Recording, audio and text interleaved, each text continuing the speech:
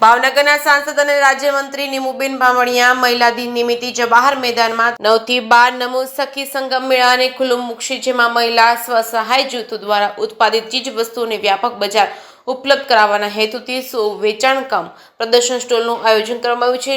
9 માર્ચના રોજ સવારે 10:30 કલાકે નીમુબેન બામણિયાના વરદ હસ્તે મેળાને ભાવનગરની જાહેર જનતા માટે ખુલ્લો મૂકવામાં આવશે। તેમજ આ યોજના કાર્યક્રમમાં સ્વસહાય જૂથો સાથે જોડાઈને જિલ્લાની ગ્રામ્ય મહિલાઓ દ્વારા લખપતિ દીદી તેમજ નમો ડ્રોન દીદી તેમજ અન્ય ઉદ્યોગો થકી પ્રાપ્ત કરેલ અસાધારણ સફળતાની ગાથા રજૂ કરવામાં આવશે। તારીખ 10 માર્ચ 2025ના રોજ સવારે 10:30 થી 1:15 સુધી સ્ત્રી શક્તિ તેમજ મુક્તિ પ્રગતિ વિષય પર લોકપ્રિય મોટિવેશન સ્પીકર જય વસાવડા દ્વારા પરાક ઉદ્બોધન કરવામાં આવશે। તેમજ બપોર 2:30 થી 5 દરમિયાન સ્ત્રી સશક્તિકરણ વિષય પર વિખ્યાત મોટિવેશન સ્પીકર નેહલ ગઢવી દ્વારા અને મહિલા આરોગ્યના વિવિધ પાસા વિષય પર વ્યક્તિત્વ આપવામાં આવશે। જેકેએસની ગુજરાતી સાથે હિરેન ભાયાણી, ભાવનગર।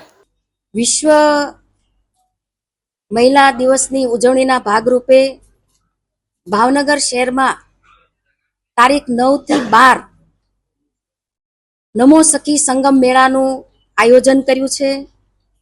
આદરણીય પ્રધાનમંત્રી શ્રી નરેન્દ્ર મોદી સાહેબના કુશળ નેતૃત્વમાં સેલ્ફ હેલ્પ ગ્રુપની મહિલાઓને લખપતિ દીદી બનાવવા સરકાર સતત પ્રયાસરત છે।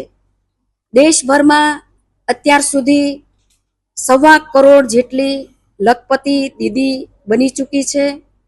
નરેન્દ્રભાઈ મોદી સાહેબના નેતૃત્વમાં ત્રીજી ટર્મમાં 3 કરોડ લખપતિ દીદી બનાવવાનું માનનીય વડાપ્રધાન નરેન્દ્રભાઈ મોદી સાહેબનો સંકલ્પ છે।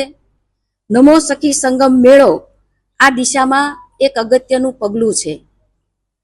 ભાવનગર શહેરની અને બોટાદ જિલ્લા ભાવનગર જિલ્લાની તમામ બહેનો અને સખી મંડળો મળીને જવાહર મેદાનની અંદર 100 કરતાં પણ વધારે સ્ટોલ્સ દ્વારા પોતાએ ચીજ વસ્તુઓ જે બનાવી છે એ વેચાણ અર્થે આ 4 દિવસમાં એ સ્ટોલમાં મૂકશે।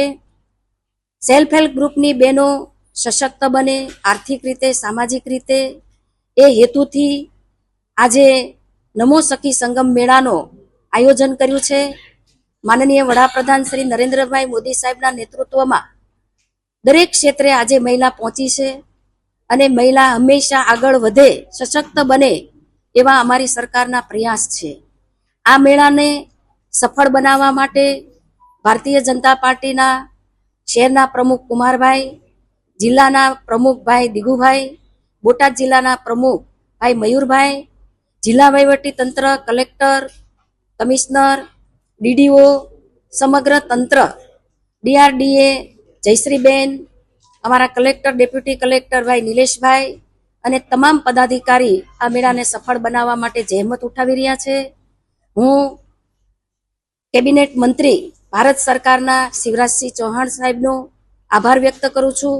ગુજરાતના મુખ્યમંત્રી ભૂપેન્દ્રભાઈ પટેલ સાહેબના નેતૃત્વમાં આજે ગુજરાતના અનેક વિકાસના કામો નવી ઊંચાઈ પ્રાપ્ત કરી રહ્યા છે।